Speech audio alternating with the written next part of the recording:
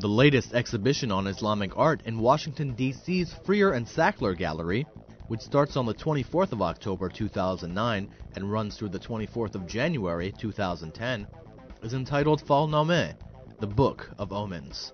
This exhibition, which is the first of its kind devoted to Falnamas, is centered on manuscripts from Safavid Iran and Ottoman Turkey from the 16th century and early 17th centuries, and sheds new light on their artistic, cultural, and religious significance.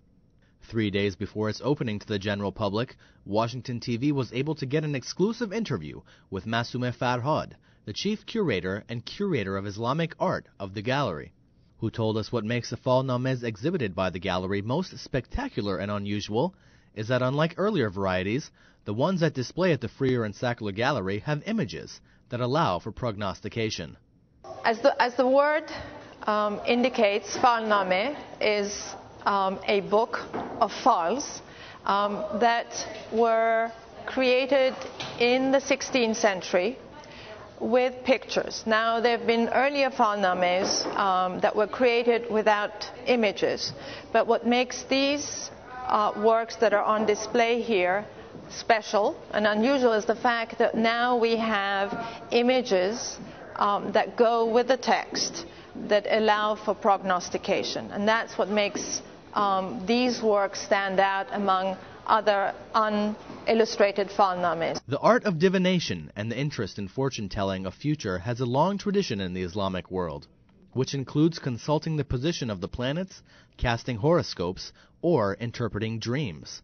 But of all these various ways, as this gallery tries to show, the illustrated texts displayed here are the most splendid, as they were done not for the average person, but for members of the elite. They were falchis in Isfahan and elsewhere in Iran, as well as in Istanbul, where ordinary people would go to them, and they had all different kinds of devices to foretell not only the future, but sort of the world of the unknown. And we also know specifically there are references to books with images, that they actually did use images to for prognostication and to foretell the world of the unknown.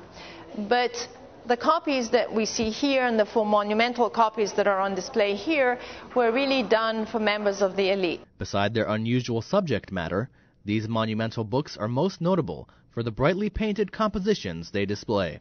The exhibition comprises more than 60 works of art from international, public, and private collections, and is accompanied by a fully illustrated catalog. Massumeh further expressed hope that this exhibition would help us learn more about the Falnamas as a genre. There are 4 of these large pictorial Falnamas that have survived. There may have been other ones, but we don't know. They either haven't survived, or perhaps there were only 4. Unfortunately, we don't know. But perhaps this exhibition will help to find out more about them. Farhad also told us that the team working on this exhibition thinks that the reason for the popularity of these books in the 16th century, according to the Christian calendar, is that it coincided with the Muslim calendar's 10th century, and that the number 1000 made many think of a new era to come, and what that would entail. One of the reasons that we, and that's the team that sort of worked on this exhibition, think that these Falnamas were popular in the 16th century was that the 16th century on the Christian calendar was the 10th century on the Islamic calendar. And the year 1000 was very critical.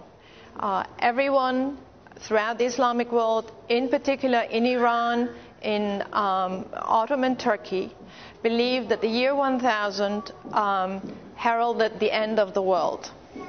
And during this period, there was a great deal of interest in divination, in falls, and hence probably also influenced the creation of these pictorial Falnamas. One of the copies, which is also the earliest one, and is known as the dispersed Falnama, was put together in the court of Shah Tahmasab I, the second Safavid ruler, in Ghazvin, sometime in the mid-16th century.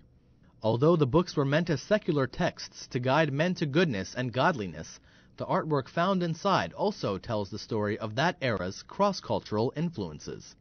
You have you have these sort of wonderful paintings, and when you look at them, you can tell, or you can sort of see sort of these moon-faced beauties with a definite sort of undercurrent of Eastern, if not Chinese, influence. You have many of actually all of the prophets, they all have halos, but the halos are actually sort of flickering flames, as opposed to the round halos that you find in European paintings. And the source for these features and characteristics are coming from Central Asia, from what is now Afghanistan, as well as China, because that really was a very important sort of source and inspiration for Persian and Ottoman artists going back to the 14th century. The Sackler Gallery's exhibit is actually a collection of different Falnamas brought together by Massumeh Farhad and her team. One of the challenges they faced was physically bringing the exhibit together. But in doing so, they began to study scripts that were previously forgotten. And then I think the other challenge, it's a challenge but also very exciting and fulfilling, is the fact that there really has been very, very little work that has been done on these Falnamas and on this tradition. So it really was sort of an unknown field.